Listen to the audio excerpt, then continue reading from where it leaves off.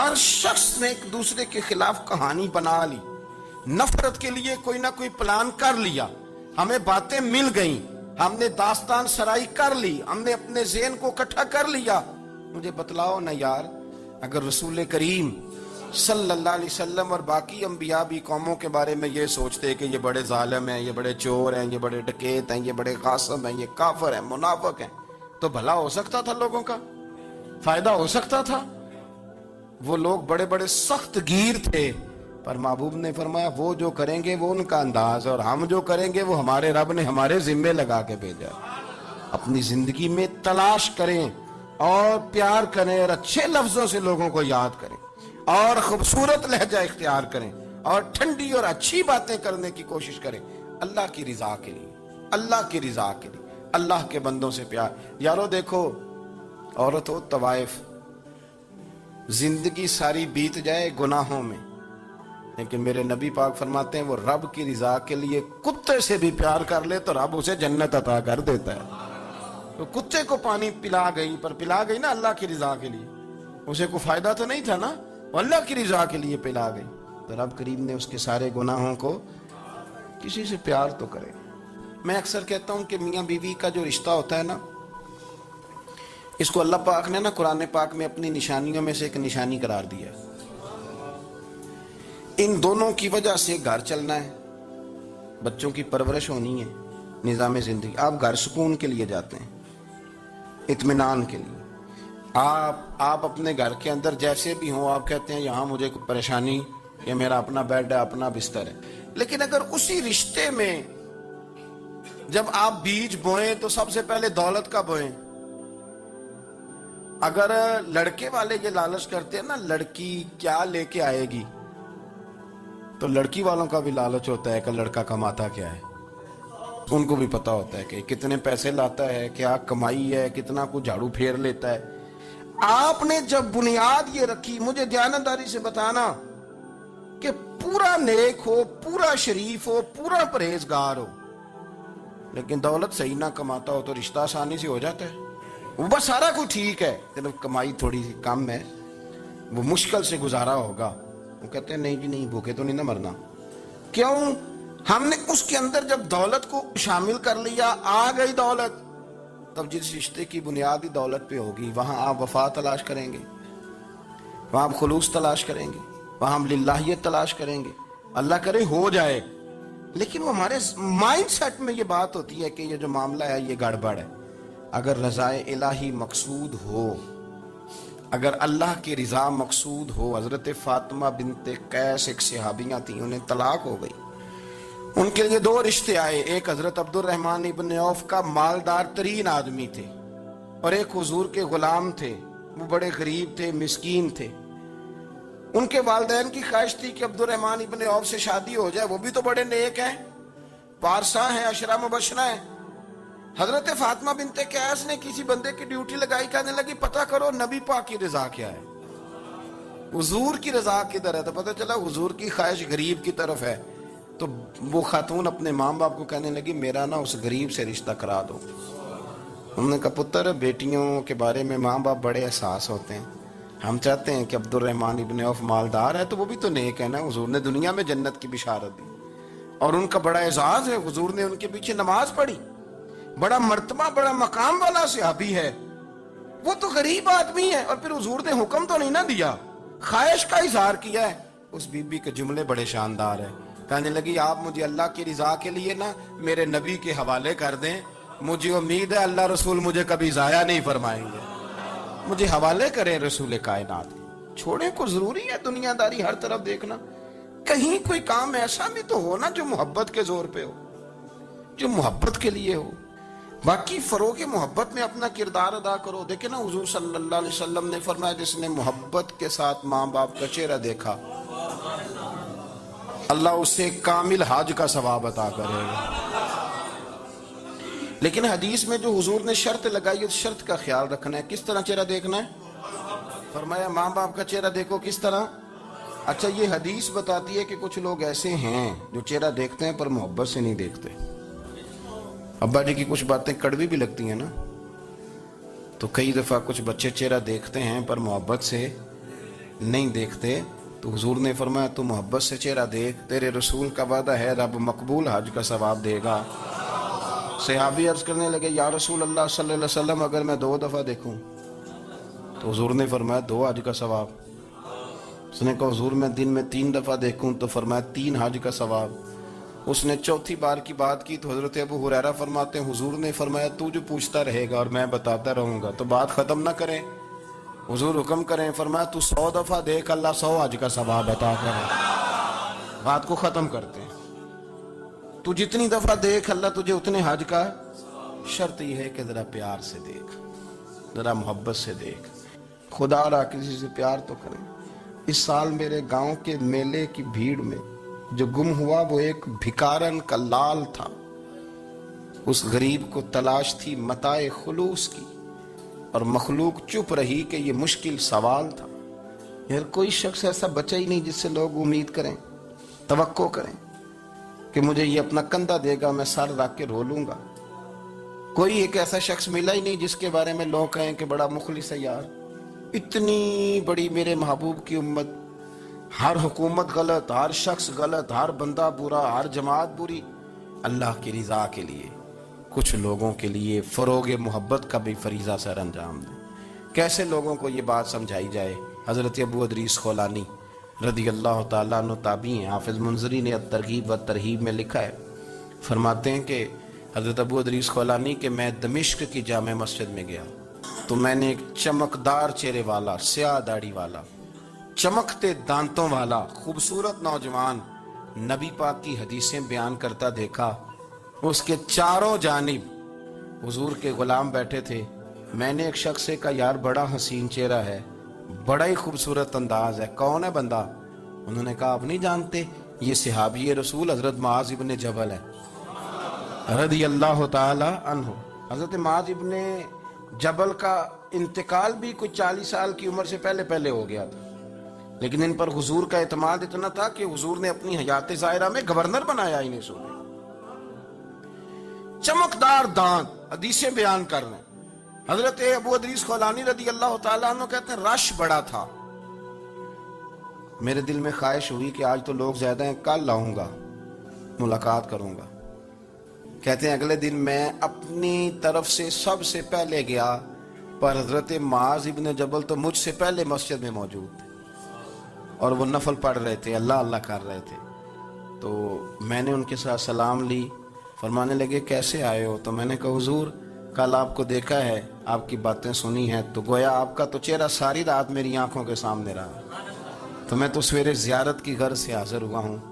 اللہ کی رضا کے لیے مجھے آپ اچھے لگیں, اللہ کی رضا کے لیے. کوئی بندہ ایسا بھی تو ہو نا, کوئی غریب, کوئی مسکین, کوئی عالم, کوئی صوفی, کوئی درویش, کوئی ذاتی تعلق نہ ہو, تعلق کیا ہو؟